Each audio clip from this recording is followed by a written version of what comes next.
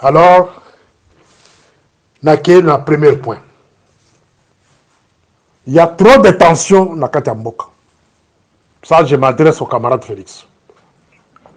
Il y a trop de tensions politiques dans Katiamboka. Je pose la question si les services de l'ANER, la direction des renseignements généraux, est-ce que Boza Kopesa Mokonzi, Yamboka, état d'esprit, il y a population. Voilà des questions dans le service. Est-ce que la direction générale des renseignements généraux plutôt, est-ce que c'est la Moussala? Il y a quoi informer? Mokonzi que non, voilà la vraie situation du pays Yangoy. Camarade Félix, tout ce qu'on vous raconte là, que non, tout va bien. Ces gens-là qui vous racontent déjà des choses sont des menteurs. Sont des menteurs, balingyo pété, parce que kokosayo. Situation ya pays ezali malabuté. État d'esprit de la population ezali bien té. Var même na province ya yo moko. Na Kasai. Les deux Kasai. Situation qu'on a ezali malabuté. État d'esprit de la population ezali malabuté. Tout ce que moi je vais vous demander, c'est commencer d'abord par baisser la tension politique. Vous baissez la tension politique et puis rebondir après. Tika Kolanda, ba conseil, ya ba suiviste, ba conseil, ya ba soulard, ya ba to ba kolia, ba komela, ba tondi, parce qu'on réussit que non, to monter stratégie à exclure candidature à Moutou X, Y. Camarade Félix, Eriko, Eko Inda, Okozala Yomoko. Tous ces individus là-bas, Kima, il y a la vie après la présidence. La question que moi je vais vous poser, camarade Félix. Kabila a eu la chance d'être protégé, lui, sa famille biologique et sa famille politique. Mais moi je vous pose maintenant la question. En âme et conscience, nani a protégé yo? Ce que pouvoir nous ici. Nani a protégé yo? Le cas moyen au quitter sa tension politique dans Mboka na yo. Quand je dis quitter sa tension politique, il y a pourquoi dans Kolobela. Cet homme ici de Katumbi, moi je l'ai toujours considéré comme Ouattara. La Côte d'Ivoire. Le président Ouattara. Tindaka bajana yo ya aner bake nakakosala bake resala ba stage libanda. Ba apprendre quand même ba politique ba mboka mosusu. Ba ko yebisa yo. Katumbi est considéré comme Ouattara de la Côte d'Ivoire. C'est quelqu'un des Occidentaux. Mukwege, la même chose. Sont des candidats occidentaux. Politique à tout maison pour jouer les lots. C'est la politique que Joe Biden, le président des États-Unis, les démocrates vont se préparer pour sa candidat na bango oyo à cause la face na Trump. La landaka politique on a très bien. Qu'est-ce que j'ai remarqué? Même que Joe Biden a joué aux États-Unis pour Ayekobima Mutasuka, la partie de la démocrate, pour asseoir la force de Trump. C'est ça le jeu que Katoumi est en train de faire. D'abord, Moukoye la kati, Batata la kati, Mafaoulou la kati. En fin de compte, c'est Katoumi qui sortira candidat à l'opposition, soutenu par l'Occident. Et vous n'avez pas le contrôle de votre CENI. Vous n'avez pas ce contrôle-là. Tout ce que moi je vais vous demander, c'est jouer un franc jeu, Kocha Kimia, qui tisse sa tension politique. Parce qu'il va venir. Kabila a eu la chance d'être protégé par vous. Maintenant, yo nana ko protéger yo. Nani a ko protéger yo. Cherchez à arranger avec tout le monde. Na ba candidat non sona oh bon les influents. Commencez déjà à arranger avec ces gens-là. Laurent Gbagbo ayokaka bato ba koloba na ye ba fanatique na ye non oza populaire oza bona mboka de père et mère. Mais elle bakanga Laurent Gbagbo tout le monde a na simanaïde. Ça c'est un conseil que je donne en tant qu'un frère. Nazana penché à mon côté. Moi, si on me posera la question de savoir n'a qu'on voter nani, n'a qu'on voter tribute. Je voterai un président du Congo. Et je vais demander à mon peuple de voter un président. Ne votez pas la tribu. Ne votez pas quelqu'un parce qu'il est de ta tribu. Les 5 ans ici, ça nous a donné beaucoup de leçons.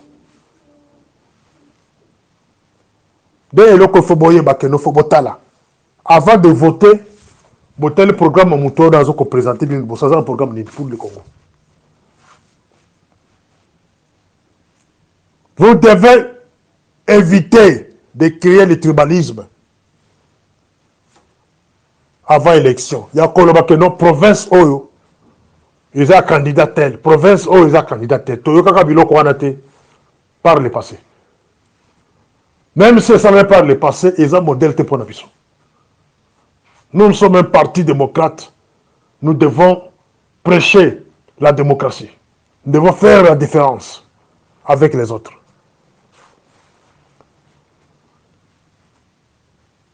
Pour la bataille, bayebi comment camarade Félix a comment la pouvoir. Si qu'on a continué la phase oyo et qu'on touche bateau boussous.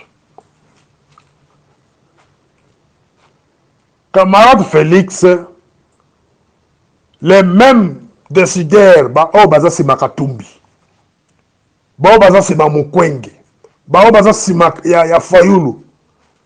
Les mêmes décideurs là ne baza qui sima Félix. Félix n'est pas venu au pouvoir parce qu'il fut l'enfant d'Étienne Tshisekedi. Non. Les Blancs, ils ont profité seulement du nom de son père, de la popularité de son père. Ils ont pris seulement Félix. Et puis ils ont ignoré la population. Baza pour sa communauté. La preuve, Baboyeba Pessimini Misala. La preuve, Baboyeba Bongseli ma province. Par exemple, chez moi au Kasaï, c'est l'enfer. Ça, ce sont les Blancs. Mission principale, on va passer la camarade Félix pouvoir, mes chers amis. Boyoka bien place. La première mission était de calmer la tension. La tension politique. Dès lors qu'on a commis ce camarade Félix, qui dit sa tension politique en Bokanayo. Koyoko Lobate, qui est Morning Star à Lobate, qui dit sa tension en Bokanayo avant ou avancer. Je sais le pourquoi je parle. Je sais de quoi je parle.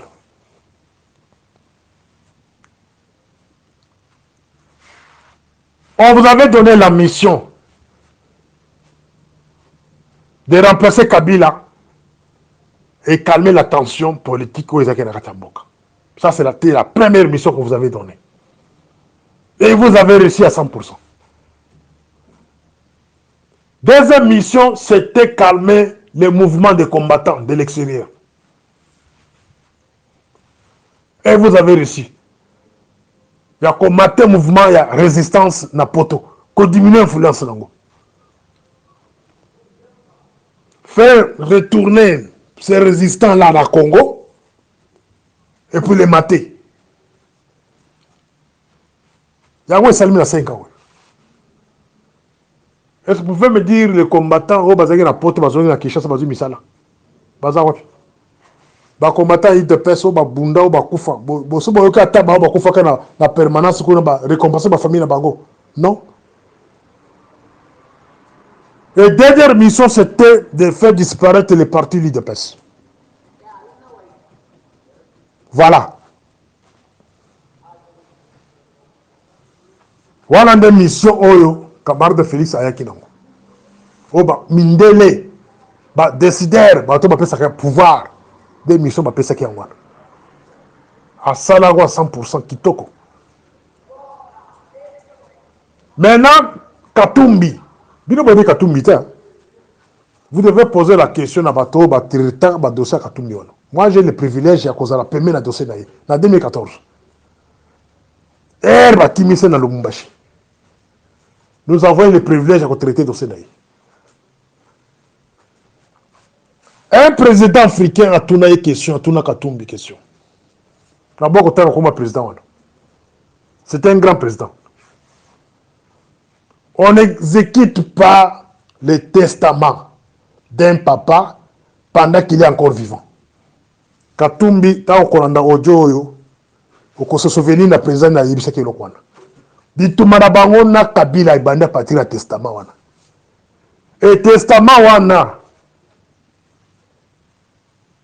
c'est Kabila Aïbi Makamona Koluba. Kabila avait présenté Katumbi là comme son remplaçant. Après lui, c'est Katumbi. Dans un domaine où la cour peut peut-être comprendre. Mais seulement les initiés ne vont comprendre. Katumbi fit les dauphins de Kabila. Donc, Bamindele. Et Batuna Kabila, qui va te remplacer après toi? C'est Katumbi. Il y a un conseil dans la bande qu'on a besoin d'attention. Katumbi est considéré comme Ouattara de Côte d'Ivoire. Et si moi j'étais Félix, j'allais laisser tous ces gens-là postuler. J'ai dit à la Cour constitutionnelle de laisser ces gens-là en paix. Donc il y a une élection que les meilleurs gagnent. Si moi, Félix, je suis populaire, je suis aimé partout, j'ai bien travaillé pendant les 5 ans, pourquoi je dois faire des problèmes aux autres? Il faut les laisser. Quand je dis que Katumbi est considéré comme Ouattara de la Côte d'Ivoire, je suis en train de voir ce qui se passe derrière. Tshisekedi n'a pas la sécurité extérieure. Quand bien même il a mis son ami intime à la sécurité extérieure, mais pas de information. Azobe Bakamozo se préparer le bandit. Il n'a pas l'information. Vous devez faire très attention. Donc, comme la phase où ce que vous kébité, Mbokawana, Bokoratango. Bakamozo se préparer les bandes contre le Congo, Bino Boyebia. Bonti qui a tombé dans le piège du genre. Un gouverneur a tel mille combattants. Oh non, cette province appartient à tel. Cette province appartient à M. Matata. Cette province appartient à Fayoulou. Cette province appartient à Katumbi ou à Félix. Bon, ça, là, attention, sont des agents de balkanisation. Quand vous verrez un gouverneur à tenir tel langage, à agent, il y a balkanisation. Que province soit Kassai, et ça pour Félix. Qui vous a dit que Félix a la province? Il n'est plus présent du Congo, à comme président du Kassai. Nous les Kassaïens, tous à la candidaté. Ça, je le dis au nom de tous les Kassaïens. Tous à la candidaté. Nous sommes votés à candidat président de la République. Et nous allons voter un président de la République. On n'a pas les candidats. Il ne faut pas réduire les Kassaïens au rang de tribalistes, de dire que non, Bisso candidat na Bisso na Kassai à Félix. Dans un copé, gouverneur on a mis en garde. Kebanayo. Kebanayo. Vous voulez maintenant confirmer que nous, les Kassai, nous sommes des tribales. Nous sommes des tribalistes. Tous les candidats, il y a Kassai. Les Kassaïens n'ont pas un candidat. Les Kassaïens voteront un président du Congo. Peu n'importe. On a un programme de développement du Congo, de Ouana toko voter. On a une intention à l'âme de Kobongisa Mboka. Il y a un Congolais, de Ouana toko voter. Moto akoya du genre ya kokopier politique ya bato babomba to na moko ya barubero babizima barwandais. Moto aye na genre politique de notre voter été. Nous voulons un Congo nouveau avec des programmes nouveaux. On n'a pas besoin de tribus ici. De nous dire que non, ici à l'Équateur, notre candidat c'est Mbemba. Il faut qu'on lapider Moutouane Wana. Oh, ici à Maniema, notre candidat c'est Matata. Il faut lapider Moutouane Wana. Oh, ici au Katanga, notre candidat c'est Moïse Katumbi. Il faut lapider les gens de personnes. Ici au Kassai, notre candidat c'est Félix Tshisekedi. Lapider Moutouana. Mutu moko te azana batunagi. Biso toza batunabi no te to. Bobota biso te. Qui vous dit au Kassai là-bas, Félix Tshisekedi abota bakasaye. Pour que tout ce que vous allez dire au Kassai là-bas, biso to obéir. Vous devez faire très attention. Le moment n'est pas bon. Et vous allez vous retrouver Libanda ba pays bon baza ko souffrir. Biso to besana Libanda déjà. Bino tambo koya sika. Pour s'adapter Libanda pays, souffrance aux Libanda. Biso to s'adapter. Hein? Même l'envie là même de retourner là au Congo là tous en soutien, tout s'adapter déjà la vie tous en koto. Mais bino tambo koya sika pour s'adapter le Congo biso bokole là. Ya wana lobaka ke bokole là. Bolia malamu nde bokolia. Botika kokosa camarade Félix que tout va bien. Il n'y a rien qui va bien. Et là, comment on te sur le plan politique, il y a comment marcher. Sur le plan sécurité, il y a mon côté. Sur le plan social, il y a mon côté. Donc, évitez de le tromper. Surtout vous, les gens, il y a renseignement. Botika kokosa que non, tout va bien. Botika kokosa que tout va bien. Le Congo, et là, mon côté à Malam Ouizali. Bon conseil, camarade de Félix, c'est acquitter sa tension politique. Acquitter sa tension politique, et puis attendre une cosa dans l'oubli.